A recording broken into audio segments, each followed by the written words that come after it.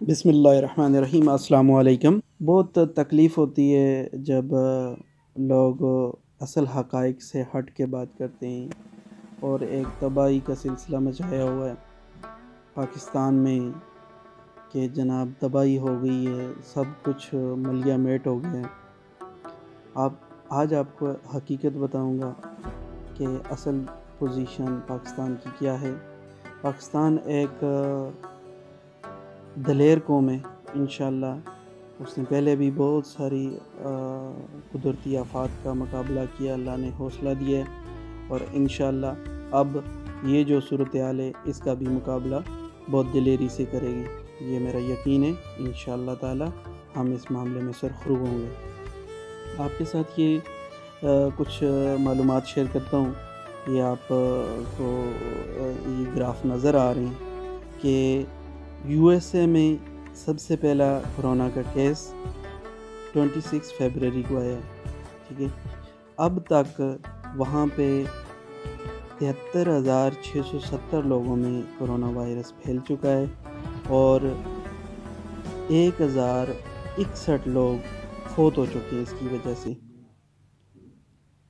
اور اس کے مقابلے میں آپ یہ دیکھیں کہ پاکستان میں 26 فیبروری کو ہی کرونا وائرس کا پہلا کیس آیا ہے، لیکن پاکستان میں ابھی تک بہت ہی بہتر کنٹرول، بہت ہی بہتر مینیج کیا جا رہا ہے کہ ابھی تک 1,130 لوگ اس کا شکار ہوئے ہیں، اور جو لوگ اس بیماری کی وجہ سے فوت ہو چکے ہیں ان کی تعداد ابھی تک صرف 9 ہے۔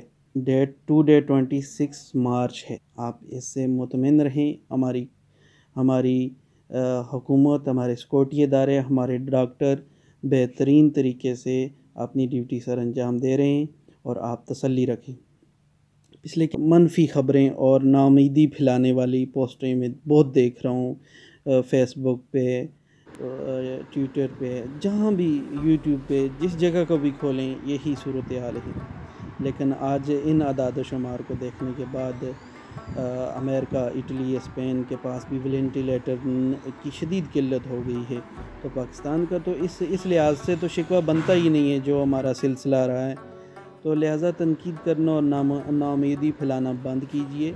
حکومت، ڈاکٹروں اور سیکورٹی اداروں کی حوصلہ افزائی کریں اور احتیاطی تدبیر اپنائیں، اپنے گھر میں رہیں۔ اس کا صرف بہتر حل، بہتر علاج یہی ہے کہ آپ اپنے گھر میں رہیں۔ انشاءاللہ ہم اس مشکل سے نکل آئیں گے۔ یہ مشکل وقت ہے اور اللہ تعالیٰ کا وعدہ ہے کہ مشکل کے ساتھ ہی آسانی آتی ہے۔ تو اپنا بہت سارا خیال رکھیے اور اس اللہ کی اس کلام پہ، اس بات پہ یقین کیجئے کہ انشاءاللہ آگے آسانی آئے گی۔ اللہ آپ سب کا حامی و ناصر ہو۔ تو پلیز چینل کو سبسکرائب کرنا اور ویڈیو کو لائک کرنا نہ بھولیں۔